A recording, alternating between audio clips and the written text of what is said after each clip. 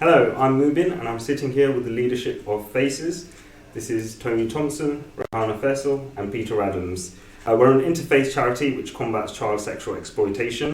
As you may know, it is Interfaith Week and we'll be basing this discussion around what interfaith organisations can offer in a secular society.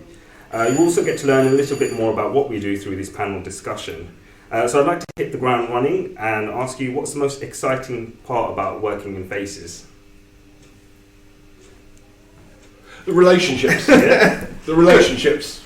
The opportunity to work together across faith that often is regarded as being divided, but actually to talk about really deep, complex issues openly and honestly, and to do so knowing that we're all on the same side. Yeah, I think as a principle, we learn more from people who are different than you are than people who are the same, and it's not just the friendships, but built on those friendships is a mutual respect and an opportunity to learn from each other. So I've learnt so much through the friendships and the relationships within FACES. I know I'm a different person now than I was 5 years ago, and a lot of that is due to those relationships and the discussions that I've had. Yeah, and I think just to build on that, we haven't been a group of people who have come together to perform a particular function. We've worked really hard on building those relationships. We have supported each other, we've been patient with each other, we've humoured each other, and we've listened to each other, which has created a context really where we've been able to have really challenging conversations and learn from it and move on from it and grow as an organisation because of it. And I think as an interfaith organisation, I think that's a really important part of what we do, but I think we're especially good at it here at FACES, and I think we often find that other people are really impressed, sometimes taken aback by the level of openness and frankness of the discussions that we're able to have. So you mentioned challenges. Can you give me a specific example or a case study in this case about a challenge which you kind of resolved, and how did you resolve it? Well, I think the obvious one is actually, and really what brought us together was a sense of finger pointing at child abuse, exploitation within each community. So, for example, when the stories around Muslim grooming gangs, quote unquote, were very dominant, Rahana and I, my conversation was, actually, I can't point the finger at you because I look at the Church of England, which I'm a part of. We've got child sexual exploitation cases coming out of our ears. And we're needing to deal with it, but I can't point the finger. So it's actually that very real honesty, reflection around issues that are common to us. Okay. There's a real challenge to be honest and open and vulnerable at that point. Would you say it's more of an institutional thing then, rather than a faith issue? It's at every level. I mean, I wouldn't say it's not primarily to do with faith, it's around the institutions, structures that are formed around faith, yes, often. Okay. I just build on that to say that abuse, so really central to abuse and how it happens are power, imbalances of power, and how that functions, and that's across different forms of abuse, whether that's exploitation, sexual, criminal, whether it's familial abuse, whatever context that is, domestic violence, there is an imbalance of power often, and there is an abuse of power, and that can happen, yes, at an institutional level, but it can happen at individual levels as well. But again, those are the conversations that we've been able to have and the nuances that we've been able to develop. I know that Tony and Peter won't mind me talking about the way that we reflect on how narratives are built differently for different groups of people, and again that's because of power and who has it and who doesn't. So articulations and narratives around abuse within the Christian faith institutions has been very different to how on-street grooming of children has been framed as a Muslim problem. And again, that's because of the strength of our relationships that we've been able to have those conversations and acknowledge the unfairness in those narratives. That's an interesting point you made there. Oh, yeah, I was wondering what Tony thought about this. Well, I was just thinking we can apply that to abuse, but I think the challenge is it's not just in abuse, it's in society as a whole. And so one of the challenges that we've had to face is those power imbalances and the prejudices and the deep-seated institutional racism that lives in society, and to challenge that amongst ourselves and to make sure that there's a shared power between Christians and Muslims within FACES, between men and women within FACES, and to learn and understand those dynamics. And it's a challenge that we've had to face amongst ourselves, but also recognise that there is that challenge in wider society, a challenge within the groups that we represent. And so whilst we have faced and to a certain extent overcome those challenges amongst us, we're still battling with those challenges in wider society, which influence abuse and causes abuse, but it's not just exclusively within abuse, it's with society as a whole. And I think that's a major challenge and a battle which we are seeking to fight together. Okay, so changing gears a little bit, either Tony or Peter can answer this for me. Thank you very much. What do you think Christianity offers to child abuse? What's the voice which Christianity offers here? Thank you, Peter.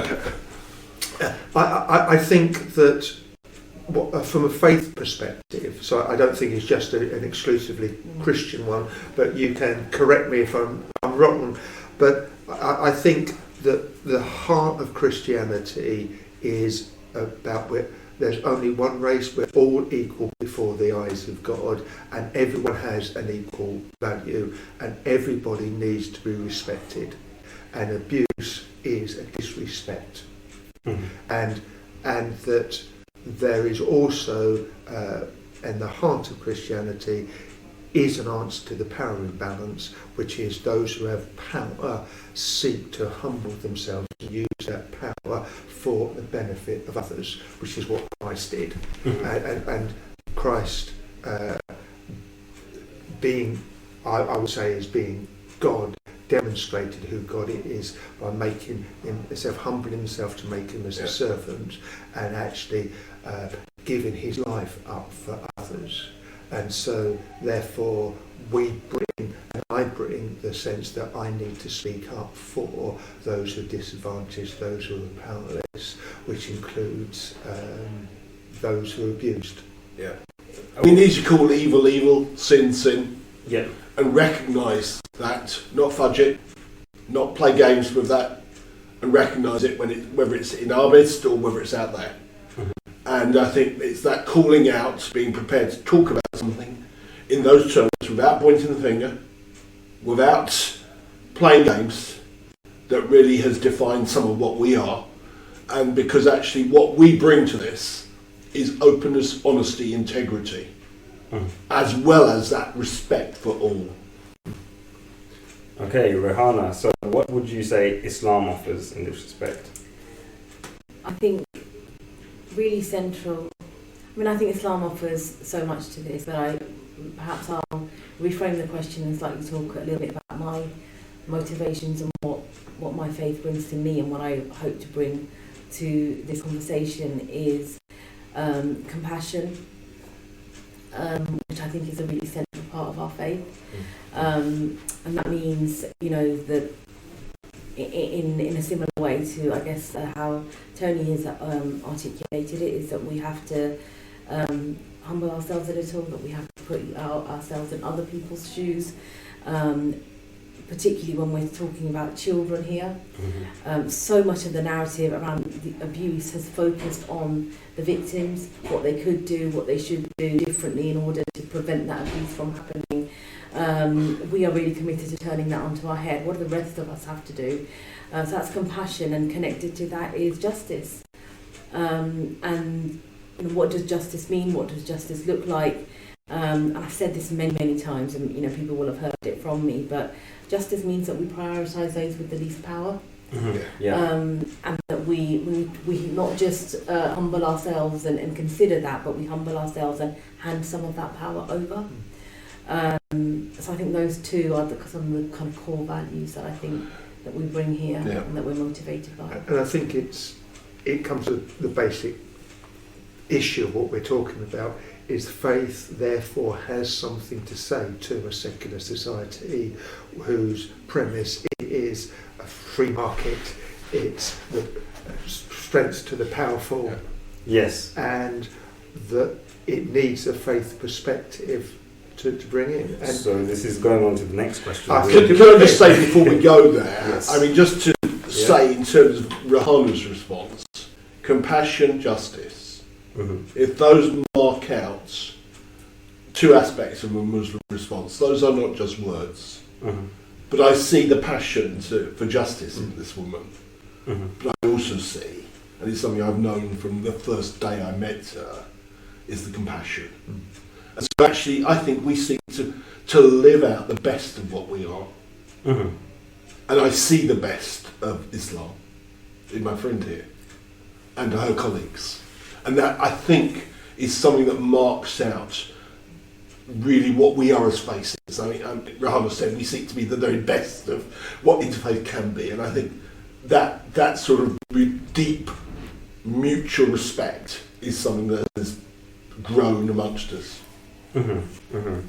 Well, I think it sounds like you've got a really very deep friendship, and there's a lot of common themes that are between the religions as well on this one focus. Maybe kind of going on a tangent here, but do you think justice and compassion, if we're looking at the perpetrator, for example, where does compassion fit into this?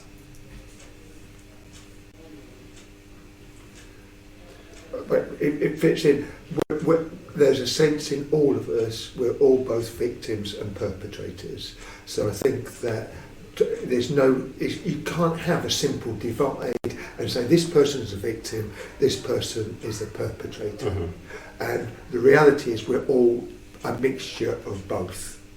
And all of us need to recognise and acknowledge that.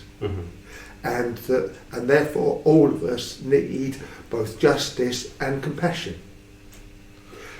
Yeah. And we both all believe in change.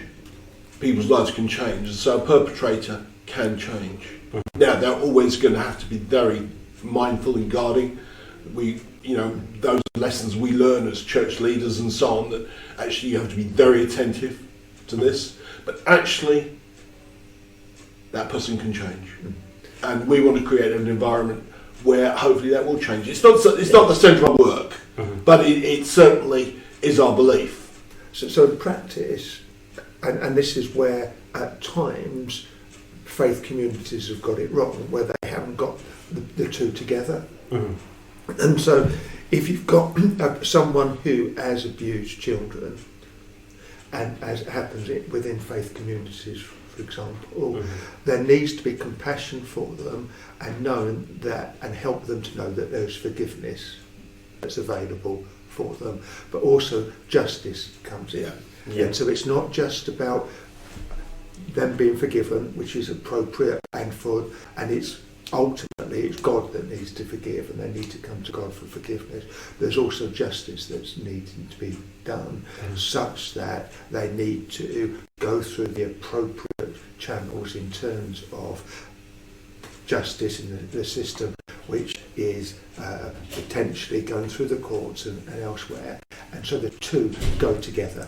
And also I think, the world is quite complicated and we often talk in binaries, but that's not reflective of the world we live in. So victim-perpetrator binaries are probably not that helpful.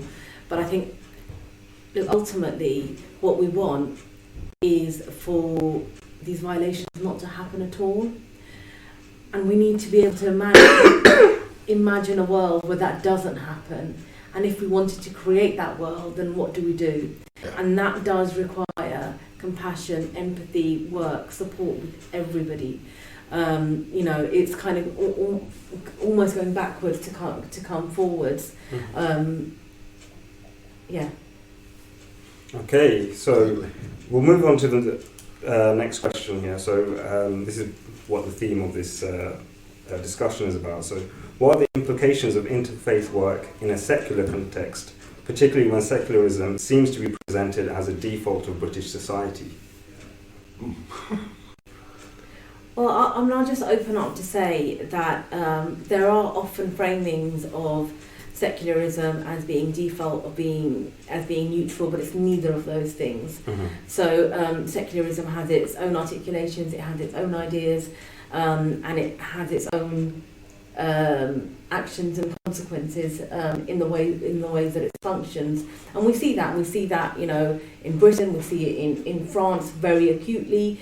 And so I'm just going to open by saying that's just a false characterisation of what secularism is, and what it does for society. That'll be my opening, and I'll let my friends respond to it. I think secularism arose because, certainly in the West, you look at France, you look at the similar direction but very different outworking of it in Britain. Secularism arose because of the power and the abuse of power by religious institutions, and in our British situation, the Church of England, for example, as it was so wedded to the establishment, or is still so wedded to the establishment. So, Peter, my question would be, what, from this perspective, as a modern interfaith organisation, how are we placing ourselves in that position of power? Of course, you recognise that. And what do we offer in response to secular society? Whilst he's thinking, that whilst we claim to be a secular society, we are a large percentage of it is also faith-based. Yeah. And so a secular society can't enforce secularism on everybody. It's the mistake that Peter's talking about has happened in the past in terms of the church seeking to impose itself on everybody. And in a sense there is that dynamic in fallen human nature that wants to do that. And at the moment it's secularism that's seeking to impose itself on others. Could you give us an example here? Oh, absolutely. the way that it caricatures faith, and so we've talked about Islam, and we've talked about the compassion of Islam, and yet secular society would seek to paint Islam as the enemy, and without any sense of trying to understand things, and seeking to impose laws on things, and thinking that it speaks for everyone without listening. So I think secularism and the articulations associated with it, if we're really honest, serve to discipline us.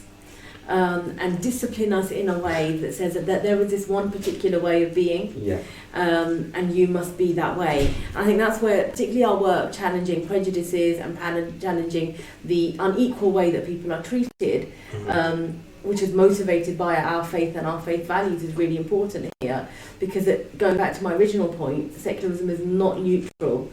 Secularism will tell me that I don't have a place here, and what we are saying is actually, yes, we do. We all have a place here. And together we can speak and make secular authorities listen in the way that we can't individually. Yeah. And part of our role, I think, is to help secularists, secular societies, secular powers to understand faith and to speak on behalf of faith, not just on behalf as a Christian or a Muslim, but together and challenge. There are other ways of thinking about things.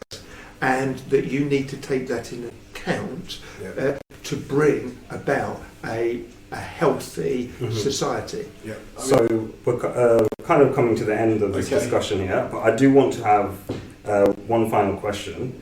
It's kind of linked with the previous one. What do you see for the future of interfaith organisations? I'll let you start off, Peter.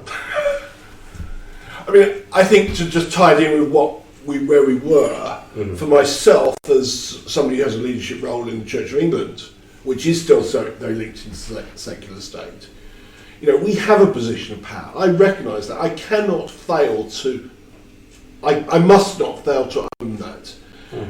I want freedom for all my friends. I want faith to be taken seriously. And my role, particularly within that context of being a member of the Church of England, is to create space for all. Now, what the future holds in terms of the continuing place of the Church of England, I don't know. But my place at the moment is to recognise I have power, but to create equal stage for all of us. And recognise, yes, I have a role in inviting friends to join me in that space. That then has to, my power in invitation then has to be laid down so that we are equals on that stage. But I do know that faith is important. I don't want to see faith ruled out as some versions of secularisation have continued. So actually, I think FACES gives us the opportunity to explore what faith brings to society and to create a platform for that. But to do so in the modern world where people from an Islamic community, people from a Christian community are able to walk forward together in working for the best in our society. Rehana, what do you make of that? I think if interfaith faith organisations are going to be able to speak meaningfully to the challenges that we have in society, in the country, then I think there needs to be a real shift in the way that we work. I said right at the beginning that I think faces are unique, and I really mean that.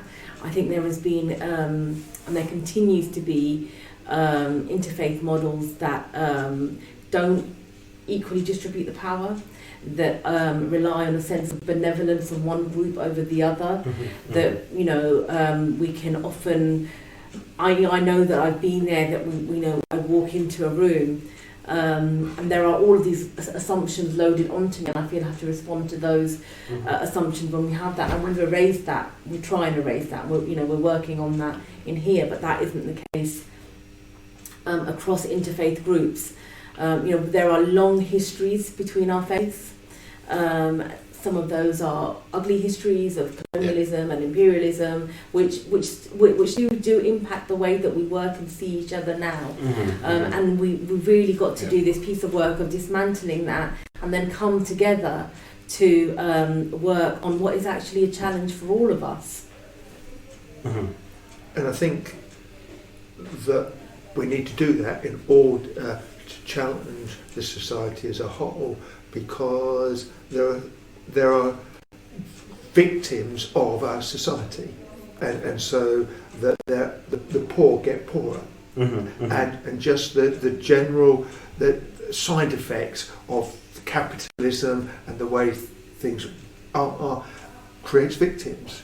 And I think that modern interfaith organisations need to be able to speak together, deal with grappling with about our issues and understanding each other, but then seek to do for the good of the whole, and speak to powers and to say, no, there's a different way of doing things, and for us to be clear on the basis that we're doing that, which is our faith and our understanding of how things are. Thank you for that. I'd like to thank you all for taking part in this discussion. I know you're all very busy people. So, as you can see, FACES has an active dialogue, one which we're interpreting, reinterpreting, challenging in many ways. But at the core of it is protecting children. We can all agree on that, but also we have other values which flow from that: justice, compassion, mercy, patience. I'd like to thank you all for watching. Yeah.